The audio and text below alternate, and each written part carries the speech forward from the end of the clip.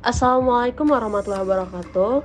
Halo, perkenalkan kami dari kelompok 1 yang beranggotakan Selina dengan NPM 251003, Suryani Ling dengan NPM 251033, Neha Aswin Maisura dengan NPM 251035, Dharma Putra dengan NPM 251042, Windy Regina Anggia Putri dengan NPM 251107 dan Cahyo Jatinugroho dengan NPM 251122.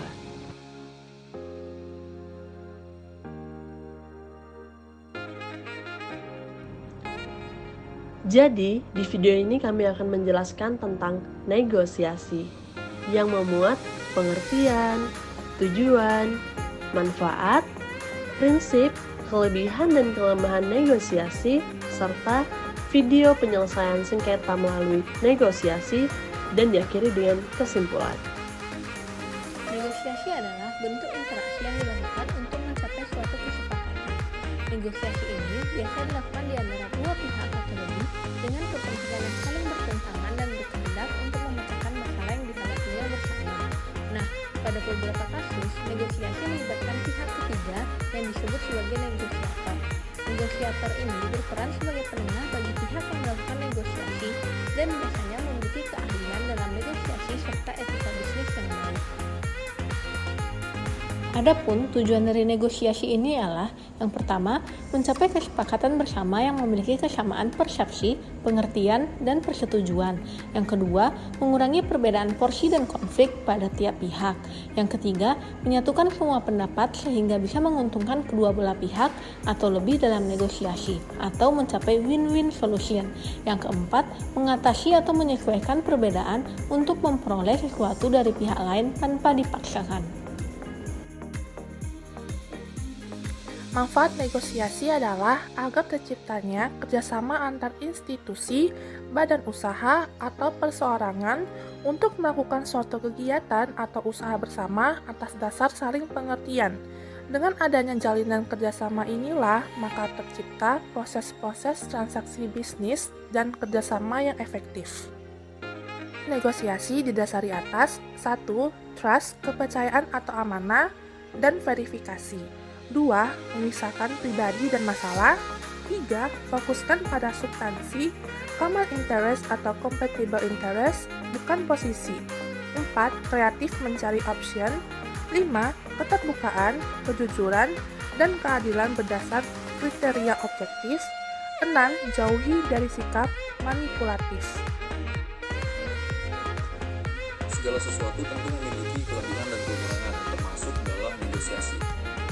Kelebihan dari negosiasi adalah yang pertama, negosiasi dapat memberikan kemudahan bagi pihak-pihak yang bernegosiasi untuk menentukan pilihannya. Yang kedua, negosiasi tidak bergantung pada norma hukum. Yang ketiga, negosiasi dapat memberikan uang kepada pihak yang bernegosiasi untuk menentukan kesepakatan bersama sehingga tidak ada pihak yang dirugikan.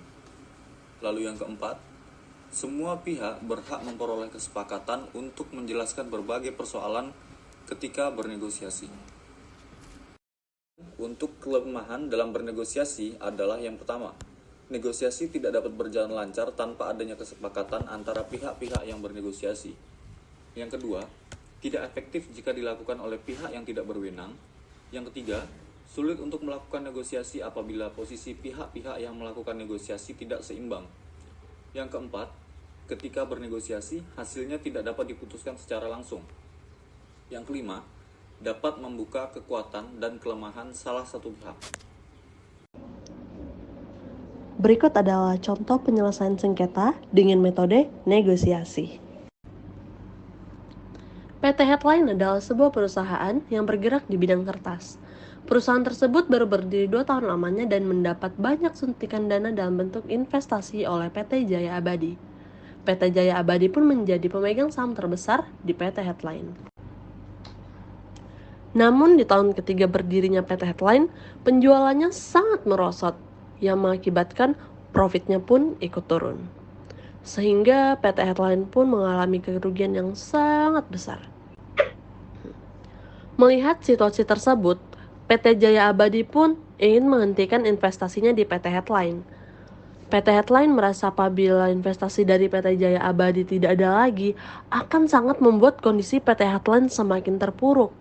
Nah, PT Headline pun berpikir untuk mengubah strategi marketing agar dapat meyakinkan para investor yang salah satunya PT Jaya Abadi untuk tetap menanam sahamnya di PT Headline. Selanjutnya, PT Headline menghubungi PT Jaya Abadi untuk menyelesaikan permasalahan ini dengan metode negosiasi. PT Headline menyiapkan segala persiapannya dengan matang agar negosiasi berjalan dengan baik dan lancar. Nah, hari yang telah disepakati untuk bernegosiasi pun telah tiba. Para pihak telah sampai di tempat yang telah mereka sepakati. Halo Bapak, bagaimana kabarnya? Baik sekali, bagaimana dengan Bapak? Wah, saya juga baik sekali Pak. Perkenalkan Pak, nama saya Reno. Saya di sini mewakili PT Headline yang hendak bernegosiasi dengan Bapak terkait investasi Bapak di PT kami nih Pak. Baik Pak Reno, saya Dimas perwakilan dari PT Jaya Abadi. Mengenai investasi yang telah kami tanam sejak 2 tahun lalu, memang telah kami pertimbangkan untuk menghentikan investasi kami mulai akhir bulan Desember, mengingat PT dinamik yang terus merosot penjualannya. Namun di dalam negosiasi ini kita diharapkan dapat mencapai kesepakatan yang menguntungkan bagi kedua pihak. Untuk hal itu, sebelumnya kami sungguh meminta maaf terhadap PT Abadi Jaya. Namun kami telah membuat strategi marketing baru nih Pak, di mana kami sangat-sangat yakin dengan ide ini dan pasti dapat menaikkan penjualan PT kami dan meraup keuntungan kembali Pak. Karena berdasarkan dari analisis tim kami bahwa tahun depan dan tahun-tahun seterusnya, produk kami ini akan menjadi produk yang akan terus dicari di masyarakat. Tidak hanya itu, kami juga meningkatkan kualitas produknya itu sendiri Pak. Nah, untuk detailnya mungkin Bapak Dimas silakan membaca proposal yang kami lampirkan ini Pak.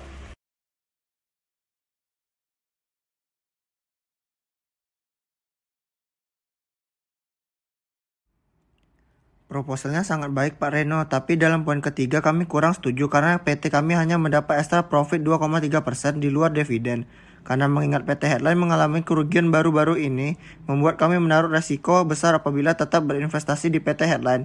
Setelah saya perhitungkan, PT kami membutuhkan extra profit 5% untuk tetap melanjutkan investasi di PT Headline. Margin 2,7% itu adalah nilai yang cukup besar. Bagaimana jika kami menawarkan ekstra profit 4% lagi Pak? Dan kami juga akan menambah bonus 2% jika penjualan di atas target. Pihak Jaya Abadi pun mempertimbangkan tawaran tersebut dan akhirnya menyepakati tawaran dari PT Headline. Baik, pihak Jaya Abadi setuju dengan tawaran tersebut dengan catatan ekstra profit 4% dan bonus 2% apabila melebihi target penjualan. Terima kasih banyak. Silakan ini dibaca sekali lagi dan mohon ditandatangani berkasnya ini ya Pak. Pak Dimas selaku perwakilan dari PT Jaya Abadi pun menandatangani berkas dari Pak Reno selaku perwakilan dari PT Headline yang menandakan telah sepakat dengan perjanjian mereka. Kesimpulan, negosiasi merupakan salah satu bentuk interaksi yang dilakukan oleh dua pihak atau lebih untuk mencapai suatu kesepakatan bersama, sehingga menghasilkan keuntungan untuk kedua belah pihak atau win-win solution, dan menghindari terjadinya konflik sehingga hubungan kerjasama antara para pihak masih dapat saling berjalan. Dan dengan melakukan negosiasi, dapat memberikan kemudahan bagi para pihak untuk menentukan pilihannya, sehingga tidak ada pihak yang merasa dirugikan. Namun, negosiasi menjadi tidak efektif jika tidak adanya kesepakatan antara para pihak untuk melakukan negosiasi atau posisi para pihak tidak seimbang sehingga bisa menyebabkan ketidakadilan dalam bernegosiasi.